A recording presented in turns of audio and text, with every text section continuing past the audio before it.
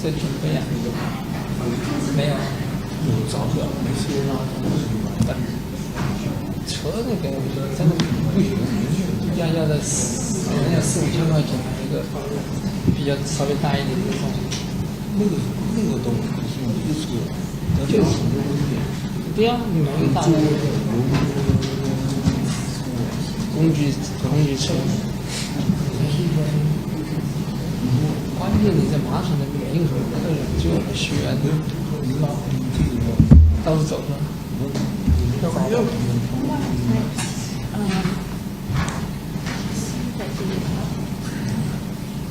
New Jersey Archdiocese is suing the U.S. government the U.S. government for denying green cards to Catholic priests. Okay. And I got, I said that already, it was in the news this week. And Do you need a sound check? I had been getting calls. Do you need a sound check? Priests. Testing 1 2 1 2. Also, the same thing. And I'm not sure if he was Catholic or if he's Catholic. So what's going on? But they're shipping them out. And our parish is going to be devastated. That's another thing that Trump needs to address.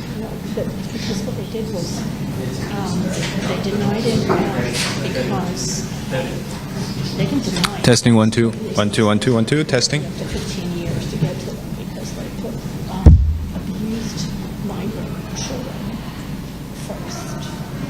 And so I don't know who's abusing these children. I don't know who they are, but they're first. And they get green cards, I guess they're here.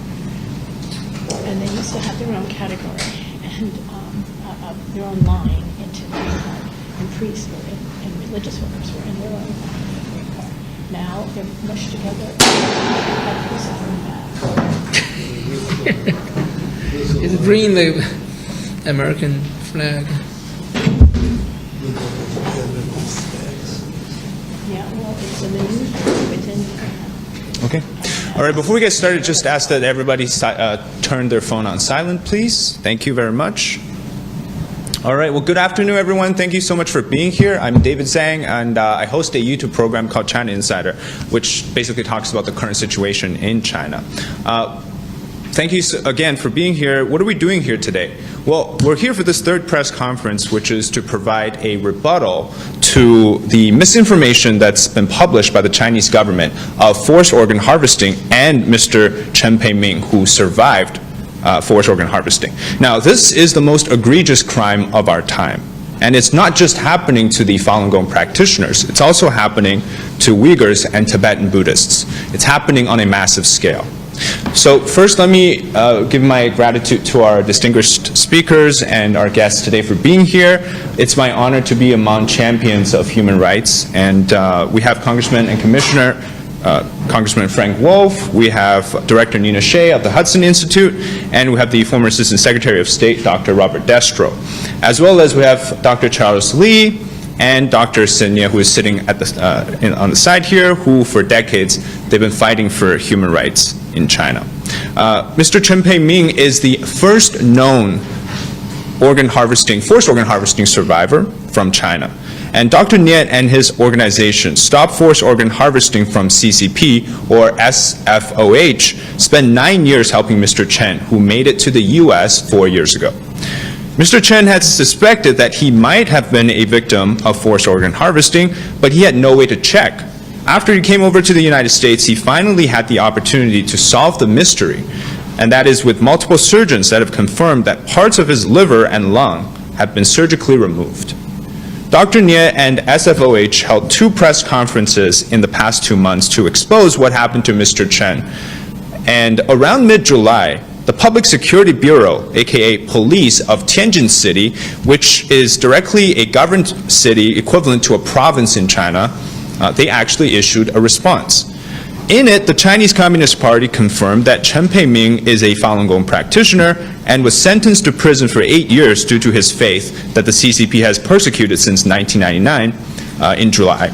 And the CCP also confirmed that Chen went through surgery in November of 2004.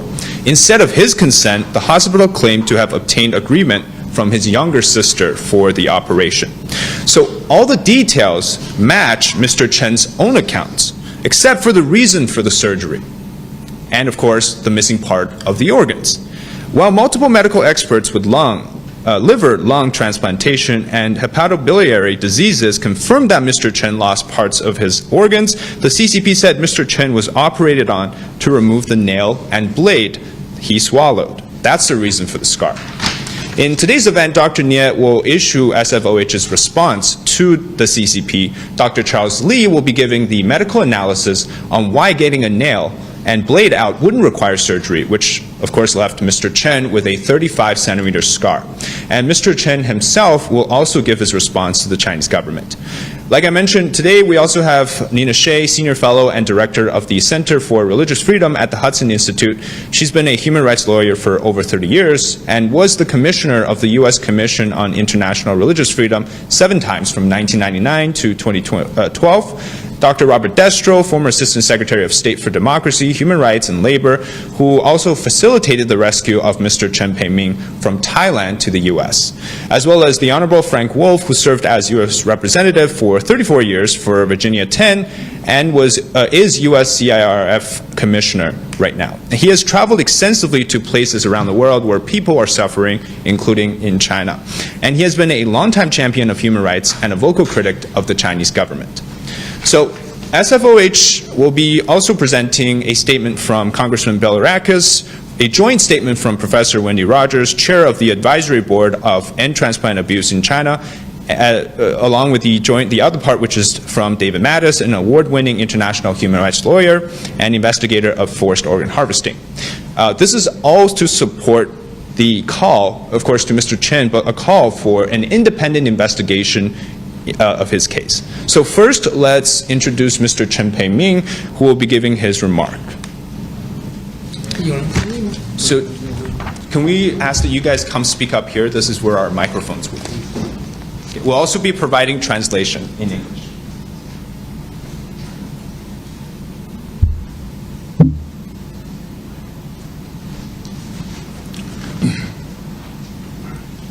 Ladies 线上的观众们，你们好，我叫程佩明，是最近站出来控诉中共活摘器官的幸存者。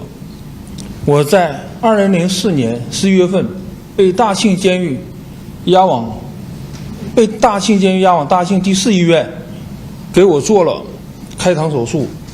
我的手术伤疤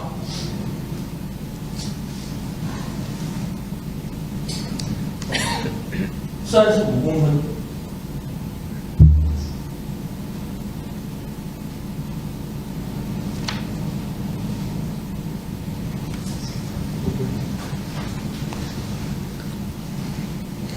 Ladies and gentlemen, an online audience, hello everyone.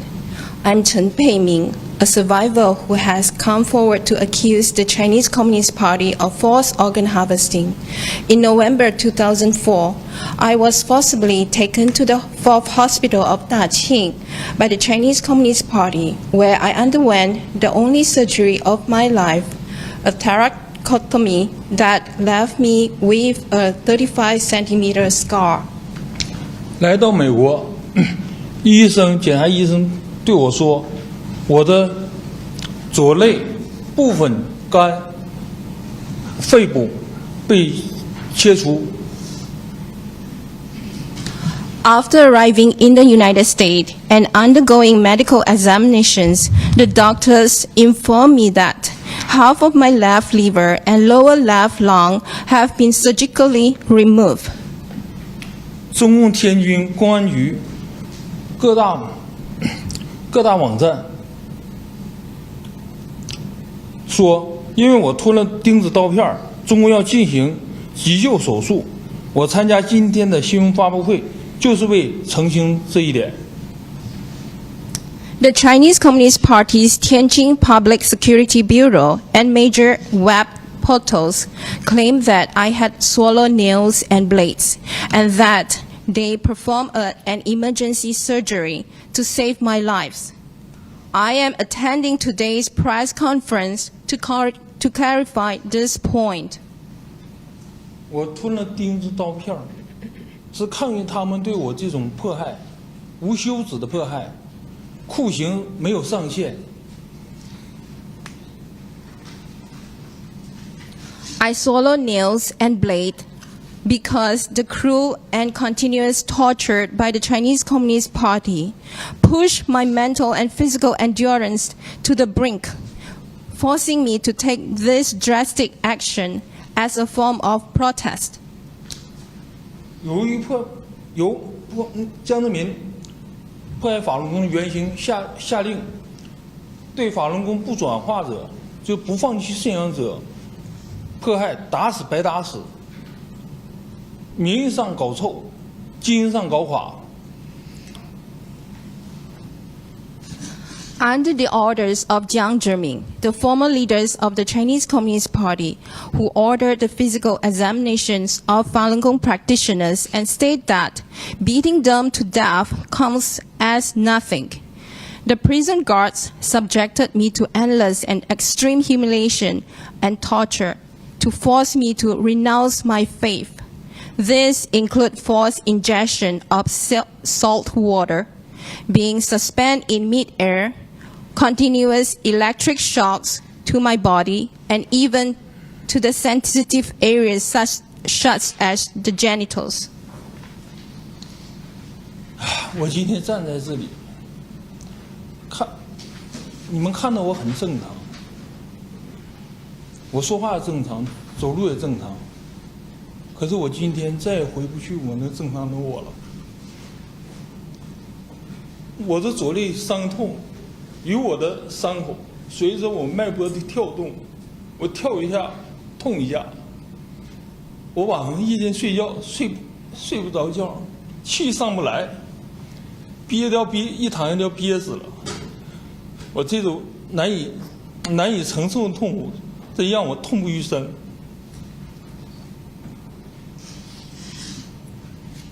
In Chinese Communist Party prisons, it was common for those tortured to protest the abuse by swallowing nails. The doctors present today will provide details and professionals' explanation on this matter.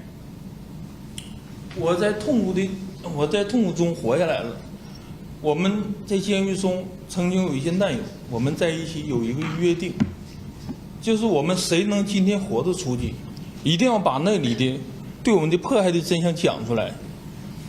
我今天不仅仅为我发声，他们有很多已经死去了，发不了声了。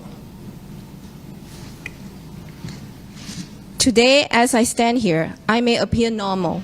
I walk and speak normally, but in reality, I can never return to the person I once was. The 35-centimeter scar on my left rib cage throbs with every beat of my pulse, and with each beat, the pain is unbearable. At night, I struggle to breathe, making it difficult to fall asleep. But I'm determined to survive. In my heart, I carry a promise to my fellow Falun Gong practitioners who are still enduring torture in prison. We make a pact. Whoever survives must tell the world the truth. Unfortunately, many of them have since disappeared without a trace. 我感谢美国政府、美国人民帮助了我，我今天来到这里，有机会，幸运的在这个自由世界里发生。我要感谢我的营救我的那个国务院官员，就是助理国务卿德斯特罗，还有上飞机场接我的这个官员，因为他接我，我非常感谢。我今天来到这里就是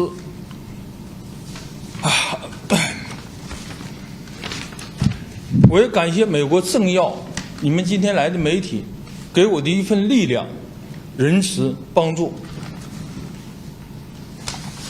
I want to thank the U.S. government and the American people for providing me with a safe place where I can stand here and speak freely.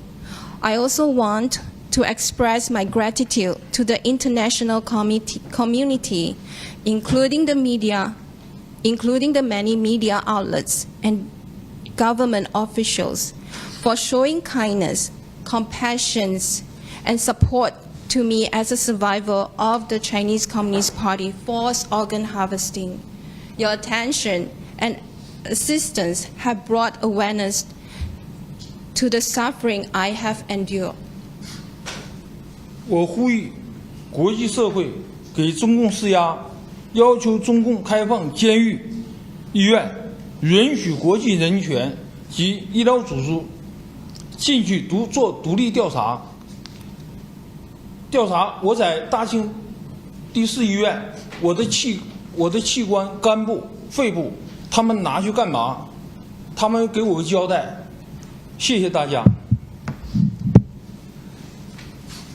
I urge the international community to put pressure on the Chinese Communist Party to open its prisons and hospitals and to allow international human rights and medical organizations to conduct independent investigations into forced organ harvesting and the surgical removal of my left liver and lower left lung. Thank you.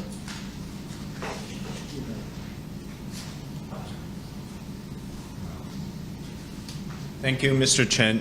We'll now have Dr. Senya give us the information regarding the response from the Chinese regime.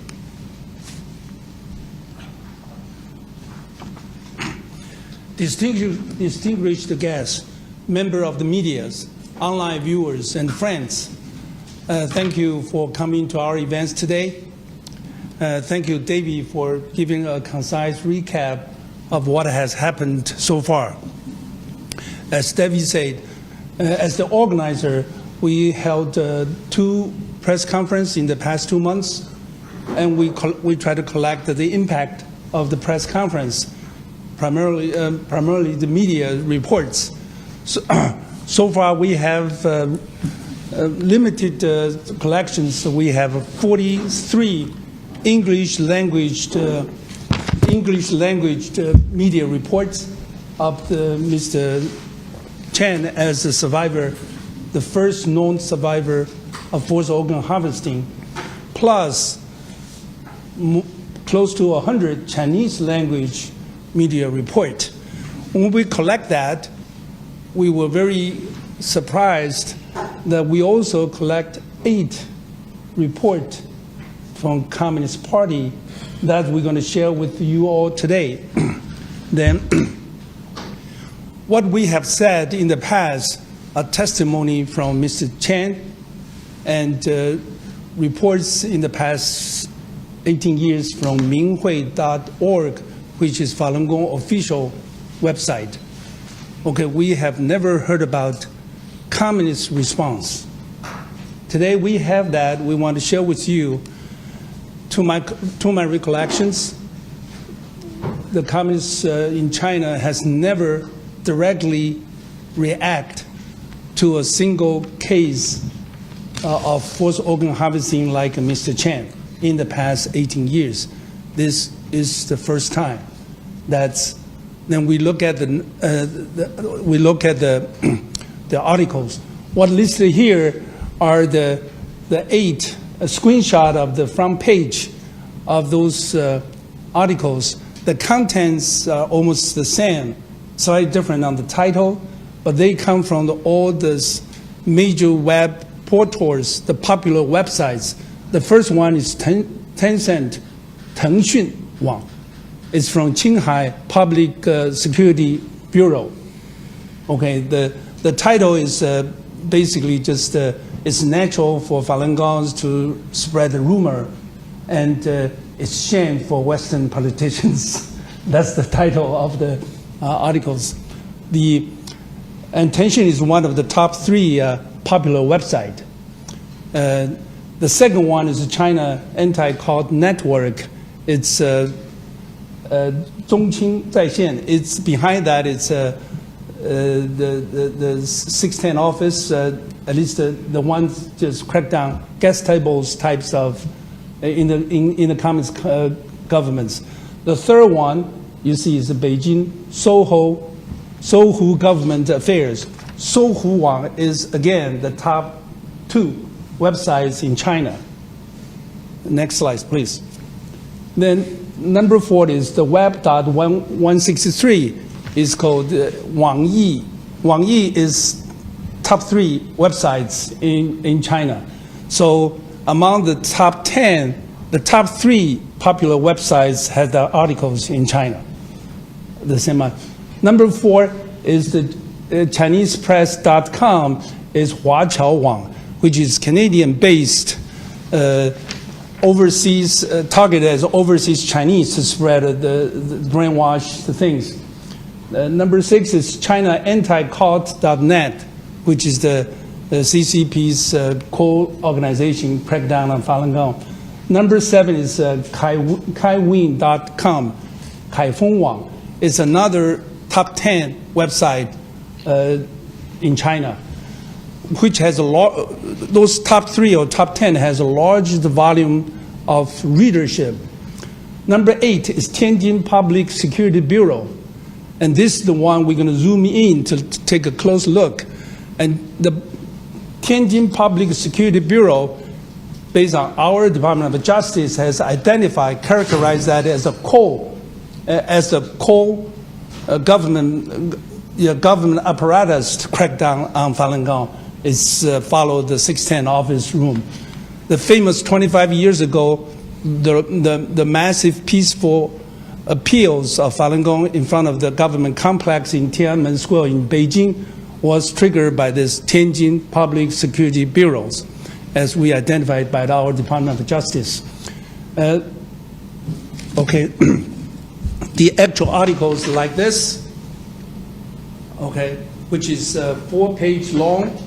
Then I have English translations on that. I'm going to leave that to Frank here. Then I have the whole list of the information I collected on the response of Chinese government or CCP on these 2 press conference or the survivor of forced organ harvesting. Then on the last page of that, they have a particular paragraph specifically talk about Mr. Chen. In Chinese it's that, but you can see that, but in English I try to say that. It says that Chen Peiming is a follower of Falun Gong. He was sentenced to 8 years in prison, okay, because of his belief.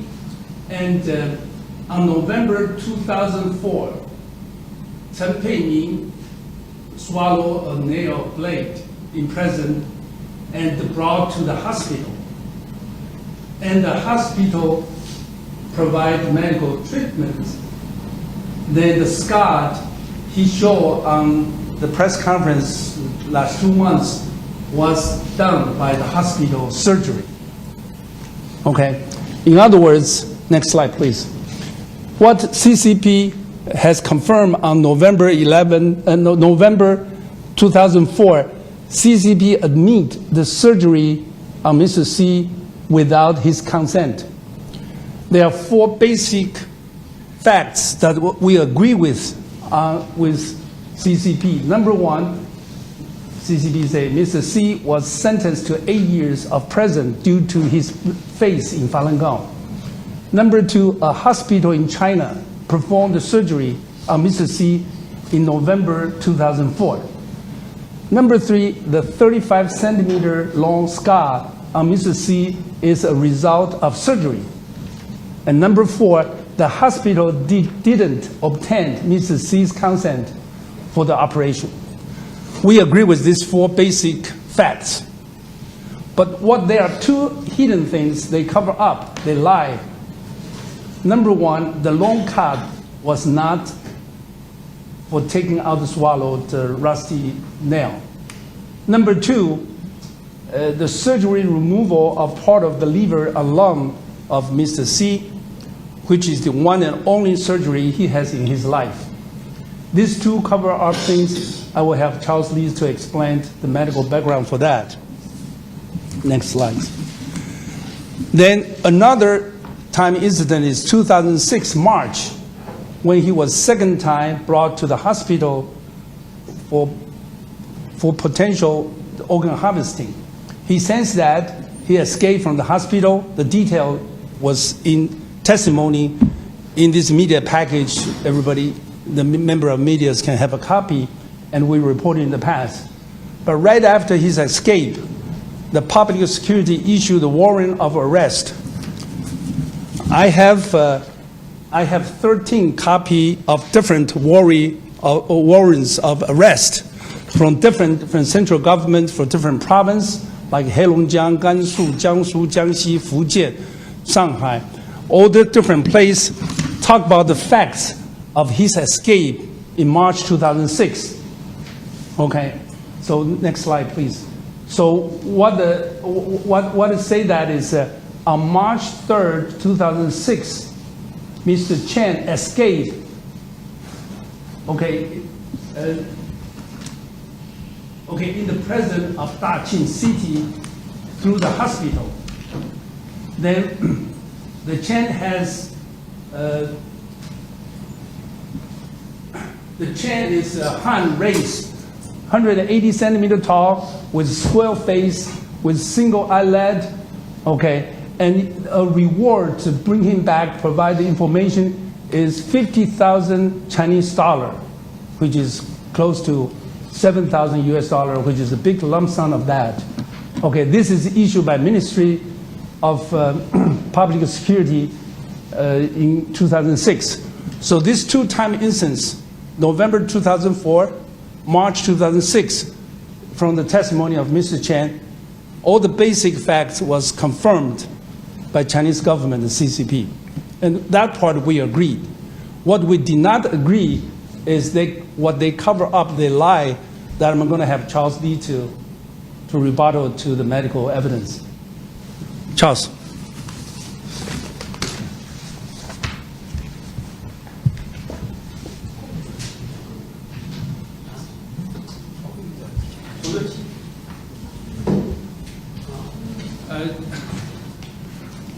The background is that Charles has medical backgrounds, trainings, and with master's degree from University of Illinois, and he is doing the research work at Harvard Medical Center, and was passed the medical board. Okay, thank you. Good afternoon, everyone. Thank you, David. Thank you. Yeah, good afternoon, everyone. Thank you, Professor Nie. Thank you, David, and thank you, distinguished guests. The Security Bureau from Tianjin has confirmed the operation itself on Mr. Chen Peimin, on the scar, on the time. And can we go to the next slide, please? But they covered up the left lobe of the liver was surgically removed, and also the missing part of the left lower lung. Next. So this is what we have, telling people what happened to him. His organs were harvested and by force. And then the 610 office says that the surgery is for saving his life. Can you speak up a little more? Yeah. And they say that they performed the surgery on Mr. Chen Peimin to save his life. And want to go to the next one? I want to just introduce to people like how clinically the doctors, next slide, handle the swallowed objects. In general, 80% of people who swallowed any foreign objects will not go to the doctor because they will just pass down automatically. But only 20% go to the hospital. But among these 20%, the routine way to treat these foreign objects is to use endoscopic if the medical intervention is needed. So we have doctors from China and also from the United States all have confirmed that the routine treatment is to first, if there's no emergency, they just observe, take a simple X-ray, and then while waiting for the X-ray results, they will do physical examinations continue to observe and then decide whether need a further imaging test like CT, scan, MRI, that kind of things. So, but they would also call surgeons sometimes to like look at if it's necessary to prepare for the surgery. So the so-called emergency situation, this is the example of how they take things out from the GI tract.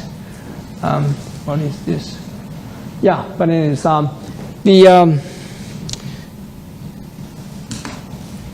next.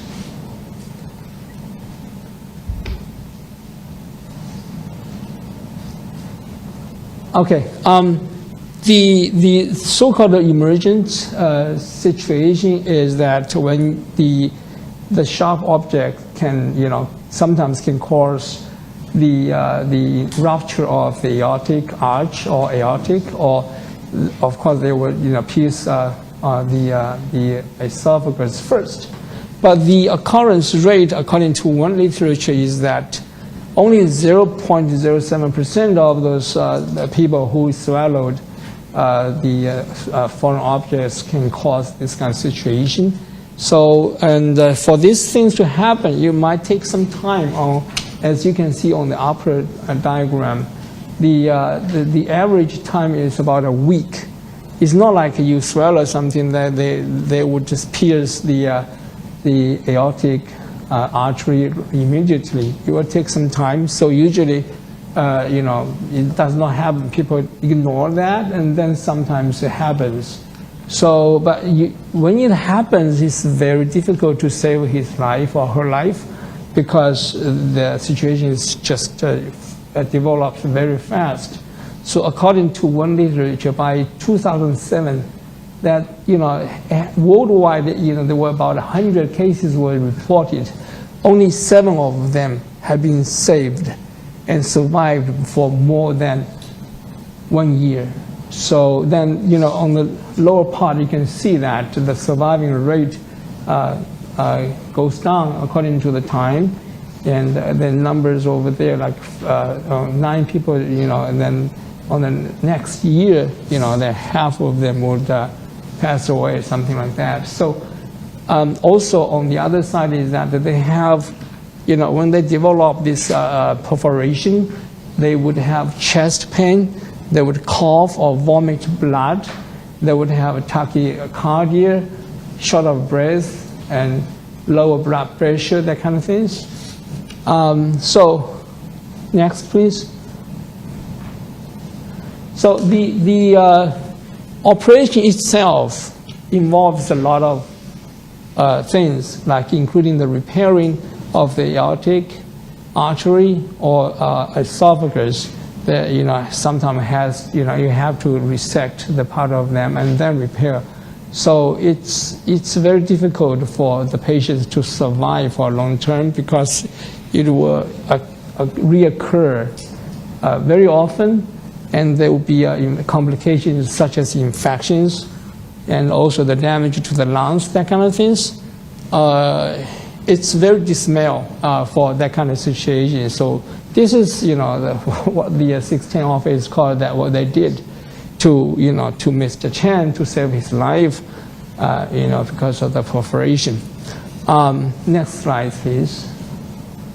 So this is another example of how the operation is performed. Next. So all these things, as I said, you have symptoms and signs if you have a perforation, and also it will take some time, not immediately happen usually. And also after the operation, the hospital stay is about 50 days in average, and you have to stay at ICU for a few days, sometimes longer, just to make sure that this thing can be controlled. So, and then after that, you have to use a lot of antibiotics. You have to monitor the patients constantly, and the patients will just die like a few years later or something, if they're lucky.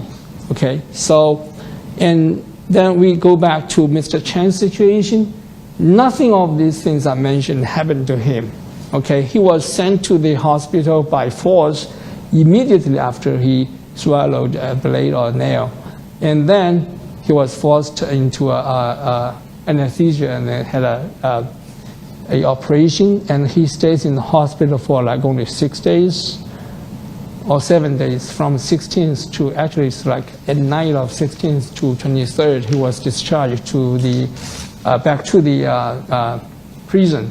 So, you know, he actually started eating right after the surgery, because usually for this kind of surgery, you have to like stop oral feeding for at least 7 days and use like, the tube, to feed. So then none of this happened to him. And also after so many years, he never had any complications, as mentioned before, that the re-rupture of the aorta or esophagus or infection, anything like that. So it's totally nonsense for the 16 office to claim that he went through the life-saving operation. So I think I will just stop here. And also the other side point is that for the past 25 years, we have collected more than 5,000 cases of Falun Gong practitioners being tortured to death. That's like confirmed cases. But we have not seen any Falun Gong practitioners being rescued by the CCP, because they have this kind of policy of transformation of Falun Gong practitioners. If you do not convert, then you will just be criminated, meaning like you'll be killed. So that's how they treat Falun Gong practitioners. So I will stop here. If any questions, then we can take it later on. Thank you. Thank you, Dr. Charles Lee. And before we continue on to our speakers, I just want to briefly do a little bit of a history on how forced organ harvesting came to light. In March of 2006, a whistleblower, her pseudonym was Annie, said her ex-husband, who is a doctor, harvested corneas from Falun Gong practitioners in a hospital in Sujiatun district, which is in Shenyang City in northeastern part of China. That was from 2003 to 2005. Other doctors in the same hospital harvested other organs. And Falun Gong practitioners were killed in the process of forced organ harvesting. Their bodies were cremated, as Dr. Lee mentioned. Annie was not a Falun Gong practitioner. She said she knew about forced organ harvesting because her ex-husband would have terrible nightmares and would wake up shrieking and terrified. She said he sweat so much that he left human-shaped sweat stains on bedsheets. He told her, quote, "You don't understand my suffering. Those Falun Gong practitioners were alive. It might be easier for me if they were dead, but they were alive."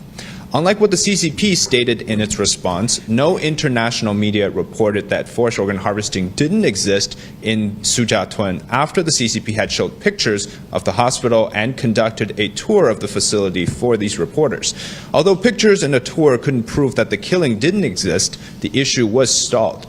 Then David Mattis and the late David Kilgore, a former Canadian diplomat, I actually had the honor of interviewing him before his passing. They rose to the occasion and took on the difficult task of investigating the matter. Mr. Mattis recalled his initial considerations in Toronto years later, quote, "Our task, as I saw it, was not to prove any right, but rather to prove any either right or wrong, and not just leave the issue in limbo." Long story short, the two Davids' work concluded that Falun Gong were being killed for their organs on an industrial scale. And the killing through organ extraction was happening in Sujiatun and throughout China. And it didn't just happen during the years Annie's husband mentioned, but from the early 2000s to today. It's still ongoing. In 2007, the CCP passed a new law that made using human organs without consent a crime. Yet the 1984 law allowing the sourcing of organs from death row prisoners remained effective. Then in 2015, the CCP established an organ donation system and said it would stop using organs from executed prisoners, the organ sources that the regime previously claimed. However, a 2019 analysis found that Beijing's organ donation numbers were falsified. And by the way, this doesn't mean that when they started the 2015 system that they stopped using organs from prisoners of conscience, or that it stopped. And then in March 2020, the London-based China Tribunal released its final judgment after 12 months of investigations. It concluded that forced organ harvesting was still happening on a mass scale and that Falun Gong practitioners had been probably the primary source. Now, China never allowed genuinely independent investigations into this gruesome abuse. And we are here calling again for an independent investigation into Mr. Cheng's case and in a more broad scale. And as we recently learned, the situation in China has deteriorated significantly when it comes to disrespecting the human dignity.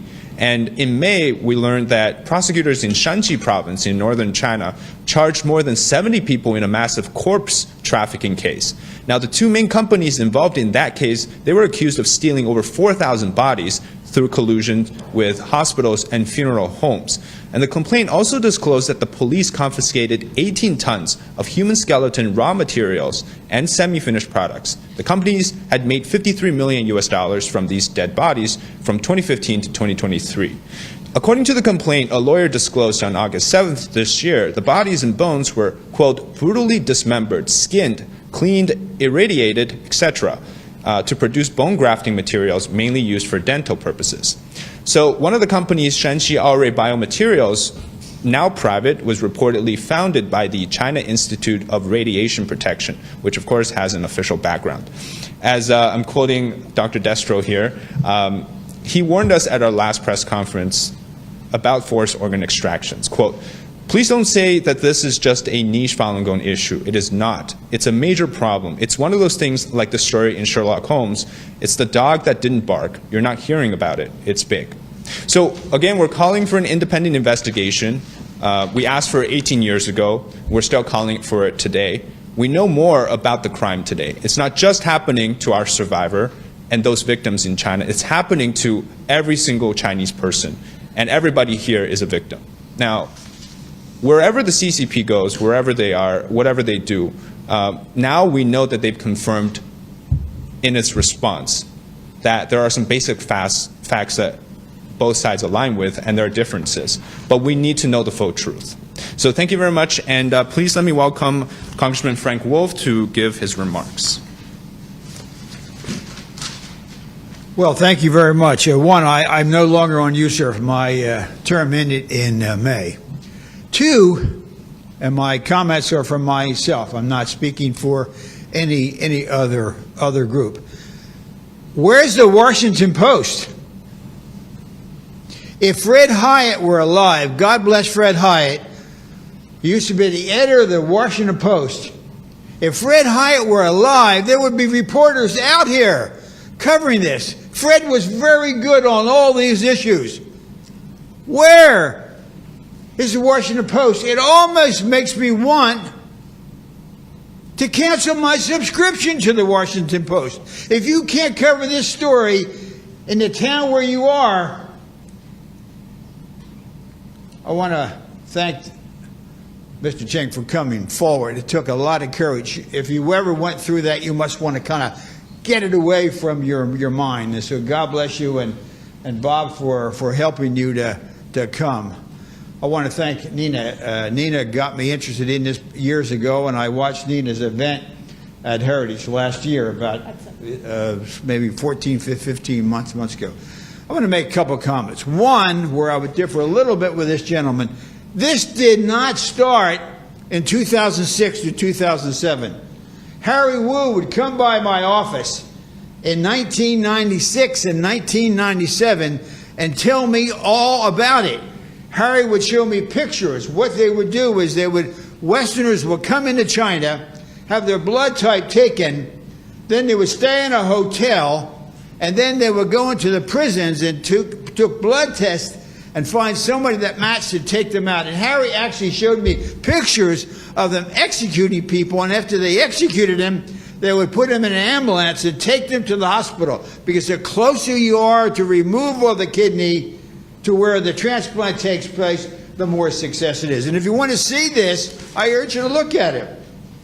1997, a rally outside in Lafayette Park called Let Freedom Ring Rally. Again, 1997.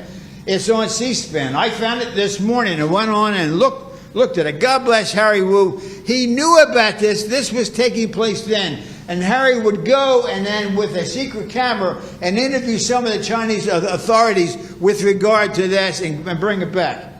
Our government has failed the Chinese people on this issue. We have failed the people on this issue. Everyone has known about it. If you watched the rally and if you could see some of the prominent people there, this has been known for years.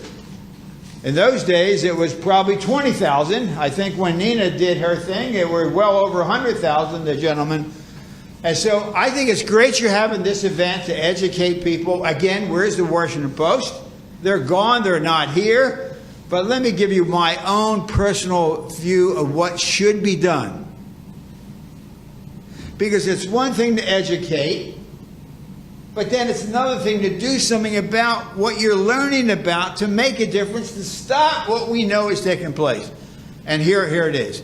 If there are any Western doctors, if there are any American doctors, if there are any Western institutions, if there are any American institutions, hospitals, training centers, you should sue them. You should sue them for damages. You should sue them for damages for this gentleman and for others who have gone through.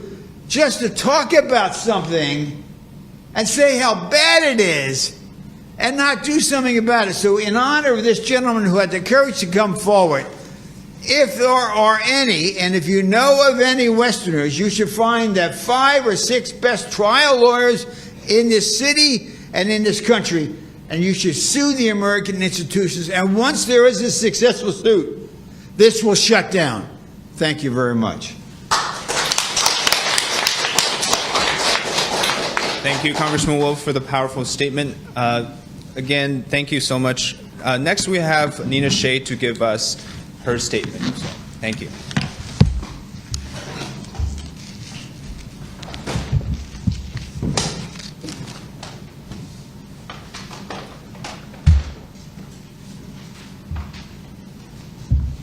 Thank you very much, Dr. Nye, for inviting me for this very important event, very distinguished panel. I salute Mr. Cheng for his courage. He is the only survivor that has gone public of this horrific atrocity, and we need his voice. I spent time a couple weeks ago, last week, in a small meeting with him. I saw his scar up close. I reviewed his scans. I read the doctor's reports of them, the expert reports, and I believe him.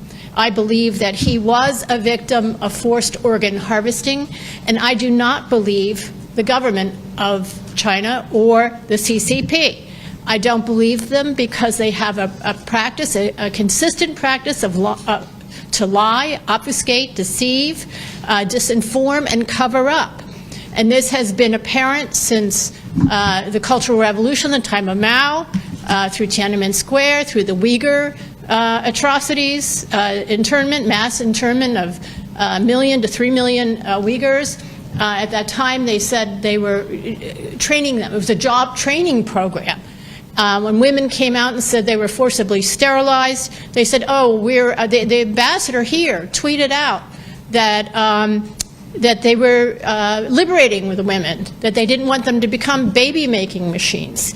And even then, several years ago, before Elon Musk took it over, Twitter canceled him for that statement. There are no rigorous ethic rules in China on transplant medicine. There are no investigative journalists. There are no international observers.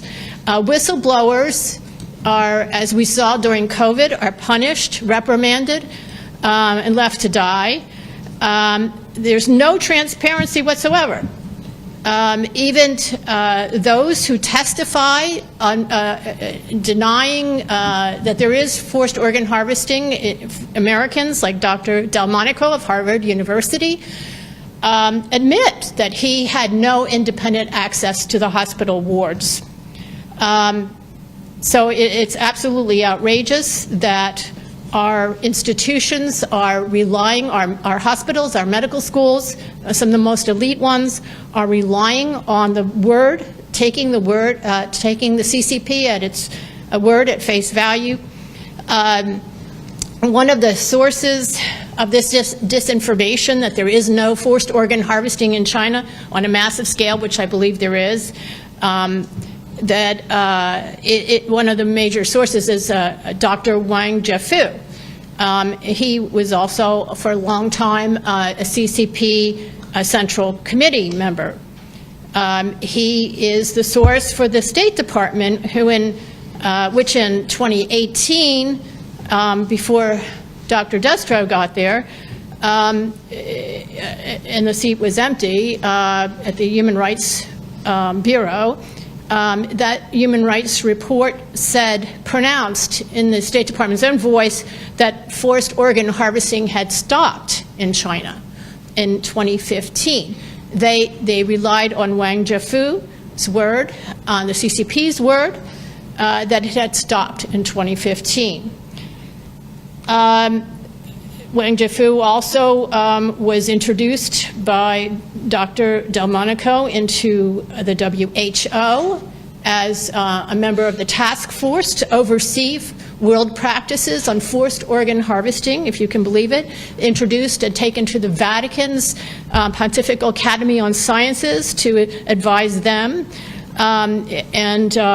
There is something called the China Medical Board up in Cambridge, Massachusetts, which on its website says it's given it's a major project, one of the major projects of the Rockefeller Foundation, and they've channeled hundreds of millions of dollars to hospitals in China, and 4 transplant hospitals, by the way.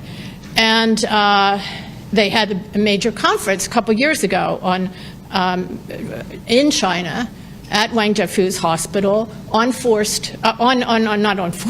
organ harvesting, congratulating him, giving him an award for stopping it. So I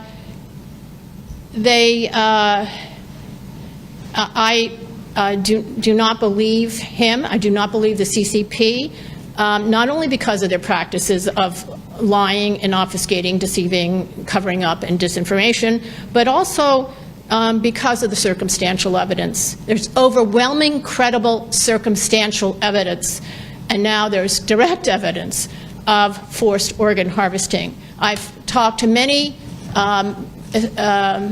refugees here who were in prison in China, and they're religious believers of various religions, including Christians, by the way, who told me that they had their blood sampled, their hearts examined when they were admitted into the prisons. There's the work of David Mattis and David Kilgore and Ethan Gutman. They found that instead of the 5,000 transplants a year that China claimed to have, that there was 10 times that, probably 50,000 or even more. One hospital alone, they found, had a annual capacity of 8,000. One hospital alone in China had a capacity of 8,000 transplants per year. 12 UN experts, special rapporteurs, on their own got together for a joint press statement saying they were alarmed, extremely alarmed was the exact quote. They were extremely alarmed by credible evidence that there was forced organ harvesting affecting all the religious minorities. Of course, the foremost of these is Falun Gong. There's the incredible work of, fabulous work of Matthew Robertson, the Victims of Communism scholar, and Dr. Jacob Levy, a transplant surgeon himself, who wrote in one of the most prestigious medical journals on transplantation, the American Journal of Transplantation.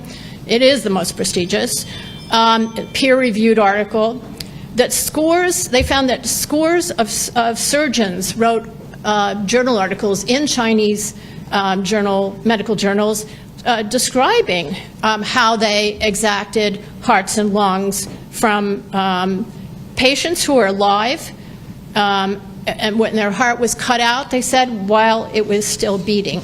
So this was the words of those 2 scholars who looked at hundreds of these journals, found scores of articles by Chinese surgeons describing how they accomplished this. The voluntary donor base is another piece of evidence. Matthew Robertson, again, went through this and found that China had 1 million registered volunteer donors when the U.S. had 145 million in 2019.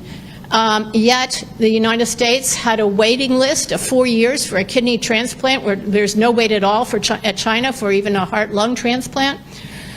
They also found that there was an implausible quadratic equation of the growth curves in 3 organ categories since 2015.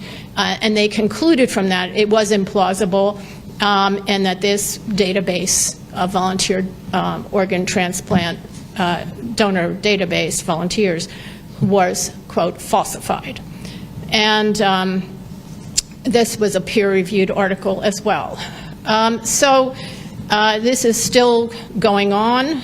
I don't believe that it has stopped. I would not believe it until there is an independent investigation. Of course there isn't and won't be. And I find it absolutely outrageous, like Mr. Wolf does, that our elite medical schools and universities are accomplices in this. They support it. They support the research. They do joint research. They have training programs. Doctors Against Forced Organ Harvesting cataloged 344 transplant surgeons trained in U.S. universities. So no, China's word should not be taken at face value. Dr. Delmonico has a lot to answer for. Harvard, University of Pittsburgh, China Medical Board, many other universities, elite universities, also have a lot to answer for. And they need to, it's absolutely outrageous to think that they have heard about this crime against humanity, this alleged crime against humanity, that they did not even question and have not at all asked China where their organs are coming from and demanded to verify for themselves. So that concludes my statement. Thank you very much. Thank you, Nina. And next we'll have Dr. Robert Destro give his remarks. And again, Dr. Destro is crucial for helping Mr. Chen to arrive in the United States.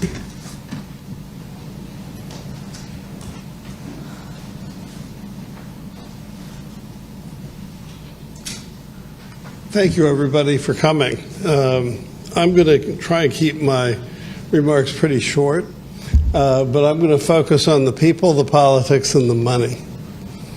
So let me begin by saying that, you know, when I had the honor of serving as the Assistant Secretary, you know, all of us who go into government service, and I know that both Nina and Mr. Wolf would share this view, it's great if you can just point to one thing that you accomplished. Well, that one thing for me as Assistant Secretary is Mr. Chang.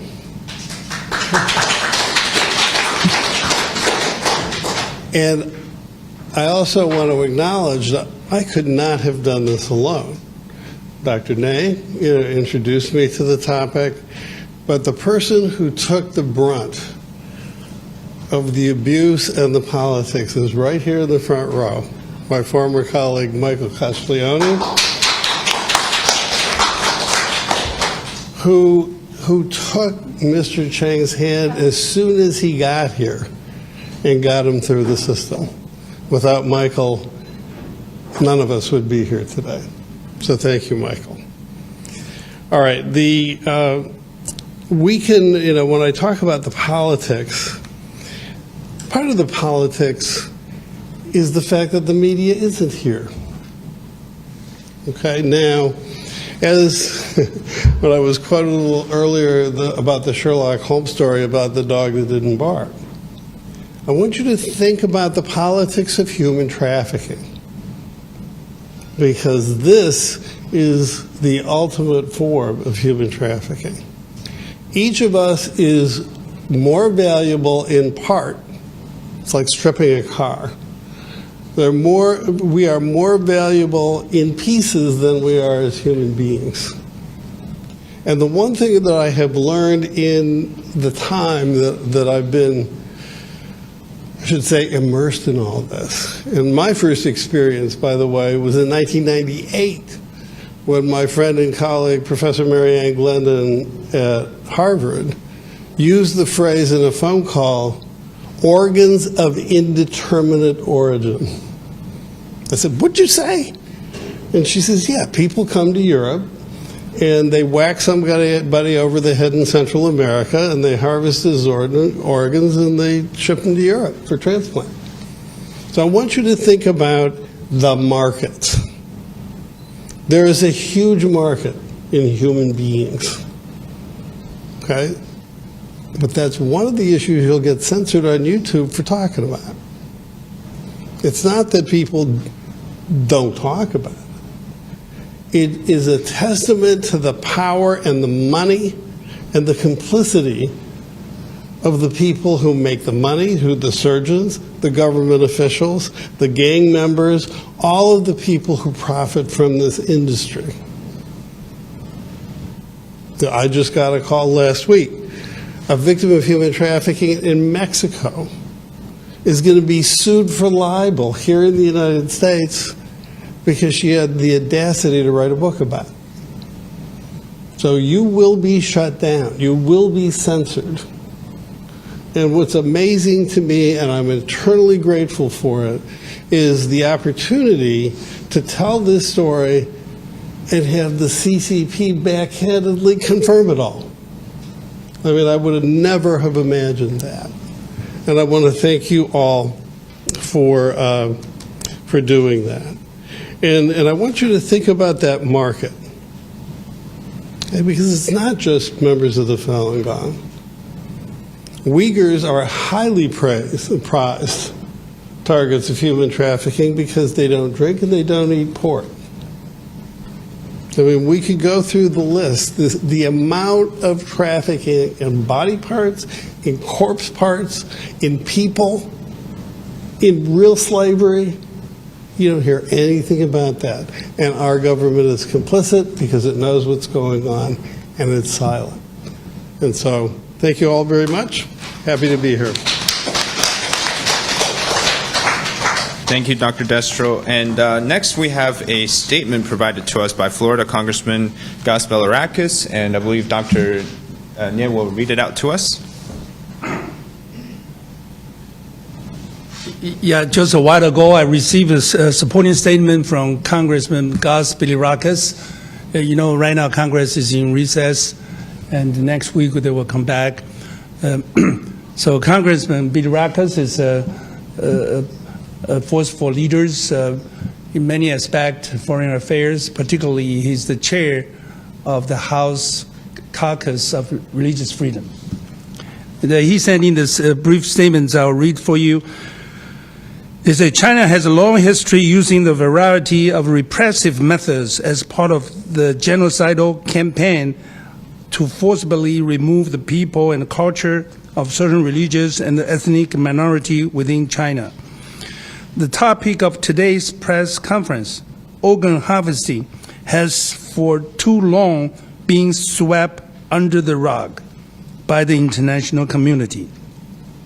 While this heinous practice has been used against a variety of ethnic and religious groups like the Uyghurs, Tibetans, Muslims, Christians, Falun Gong, particularly Falun Gong practitioners have been the target of the CCP.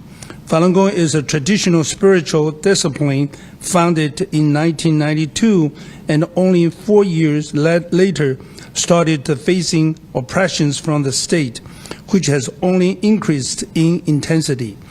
Falun Gong practitioners suffer from persecutions, intimidations, imprisonment, torture, and even deaths at the hands of the CCP solely because of adherence to their personal beliefs.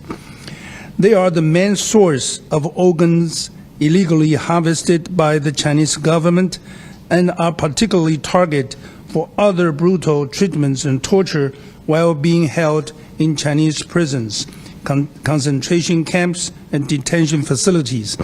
The United States and our allies must send a strong and unwavering message in defense of basic human rights and protections for all people. The right to worship and freedom of belief must be protected throughout the globe. No person should ever be intimidated, forced from their homeland, imprisoned, and murdered because of their beliefs. Congressman Cosby Laracas of Florida. Next, we'll have a joint statement from Dr. Wendy Rogers and from David Mattis. Dr. Rogers is the chair of advisory board of ETAC, End Transplant Abuse in China. She is a distinguished professor of clinical ethics and deputy director of Macquarie University's Research Center for Agency Values and Ethics in Australia. She has a long-standing interest and expertise in the ethics of organ donation and transplantation. David Mattis is an award-winning international human rights lawyer, author, and researcher in Canada. He has served the Government of Canada as Canadian delegation to UN General Assembly, UN Conference on International Criminal Court, the International Holocaust Remembrance Alliance, and he co-authored Bloody Harvest, the 2016 update.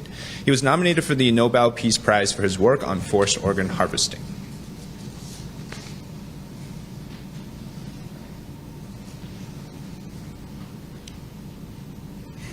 ETAC statement regarding the Chinese government's response to the case of the first non-survivor of forced organ harvesting, Mr. Chen.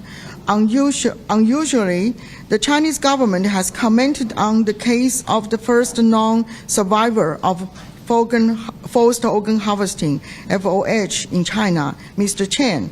The statement was issued by the Tianjin Municipal Security Bureau and republished in various Chinese outlets. Regarding Mr. Chen, the statement confirms that he was known by Chinese authorities to be a Falun Gong practitioner and that he swallowed a rusty blade and underwent a surgical procedure.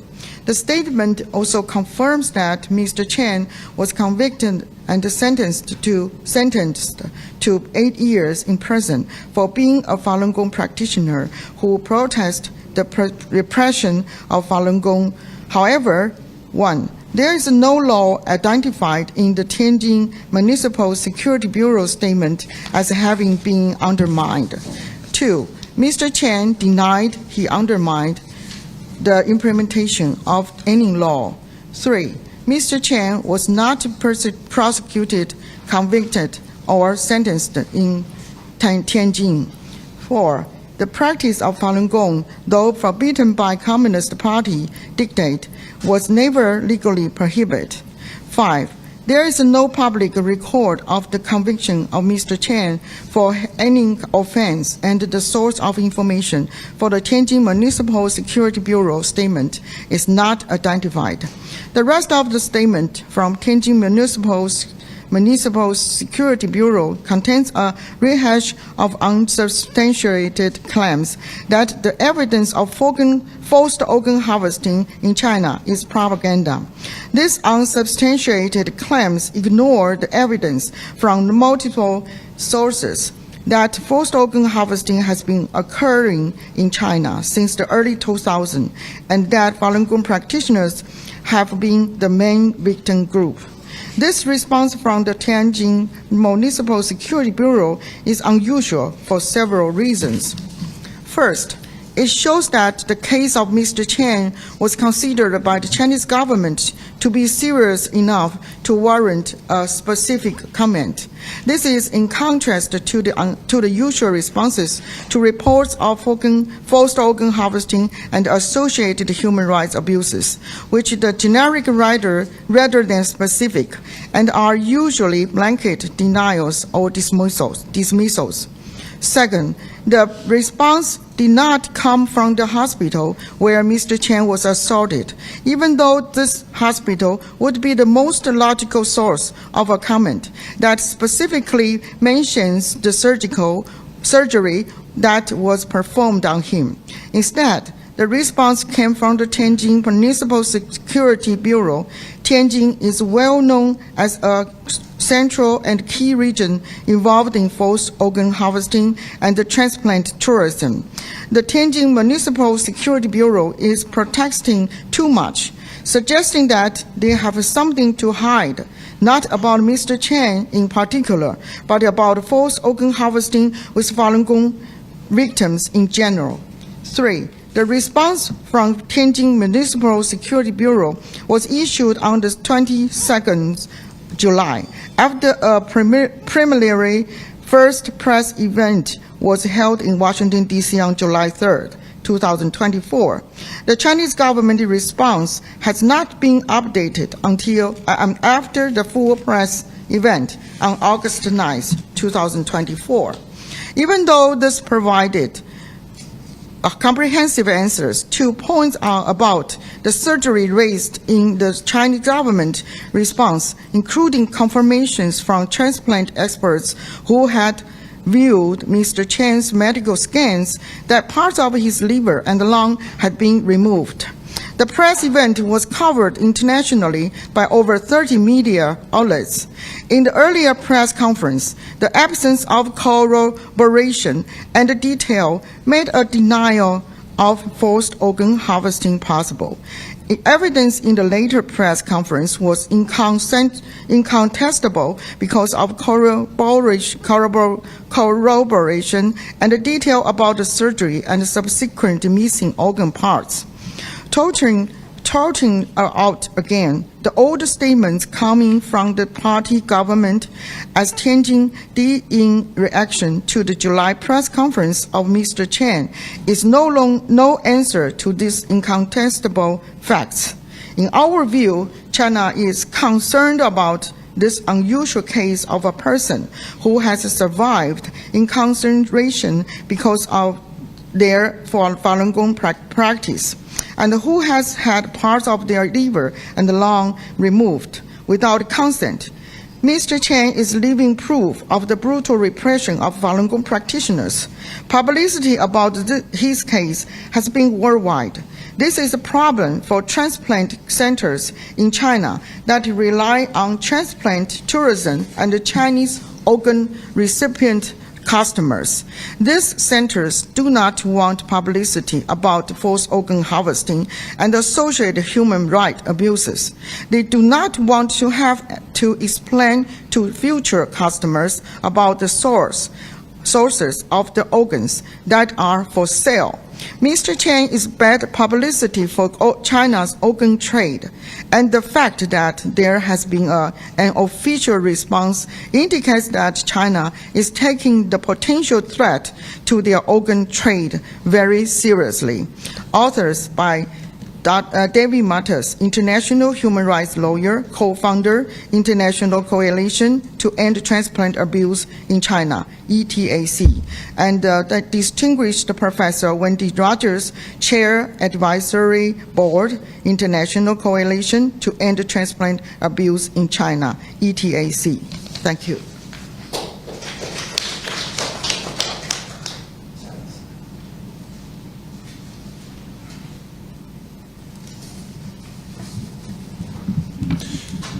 All right. Just before we conclude, Dr. Nid, we just have a few words to add to our press conference.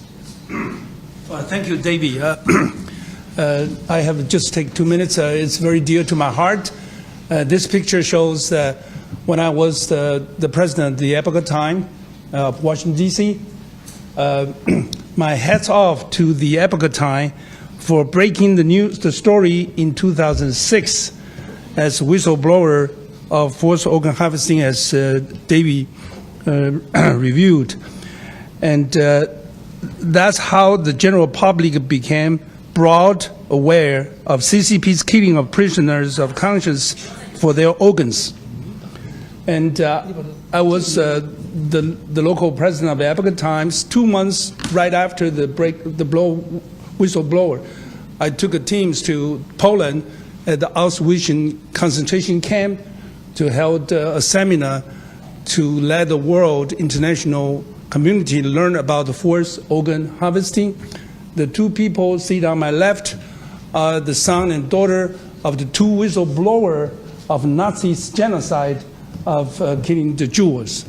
Then the international society since then has made quite a lot of efforts to address the forced organ harvesting issue, but it hasn't been enough to end the crime and hold the perpetrator accountable. The House passed the Falun Gong Protection Act right before the summer recess. And in the Senate, Senator Rubio just introduced the Senate version of Falun Gong Protection Act. And we hope the Senate can do the same to approve that, so the whole Congress can have the bills to protect the Falun Gong, particularly the forced organ harvesting. That's the new form of evil on earth. Thank you, David. All right, as we conclude our press conference today, I just want to give a quick closing remark. As we now learned for 18 years since we first heard about this situation with Falun Gong practitioners, as our speakers today mentioned, decades since they first heard about the situation in China, we've had countless of victims because the CCP used its state resources to cover up the crime of the century. That is, of course, forced organ harvesting. When Rudolf Verba and Fred Wetzler, two young men who escaped from Auschwitz, told the world of the horror, what French Jewish philosopher Raymond Aron would characterize as part of the reaction, quote, "I knew, but I didn't believe it, and because I didn't believe it, I didn't know." The most unimaginable horror is taking place in our lifetime. Today, we have the impossible before us, a victim who survived forced organ harvesting. The longer we wait, the more we'll suffer. We have to have an independent investigation now. Thanks again to our distinguished guests and speakers today, Mr. Chen, for showing up, and thank you all for listening today. This will conclude our press conference. If you guys have any questions, we're happy to answer our speakers. If not, that will be it for today. Okay. Thank you all for coming.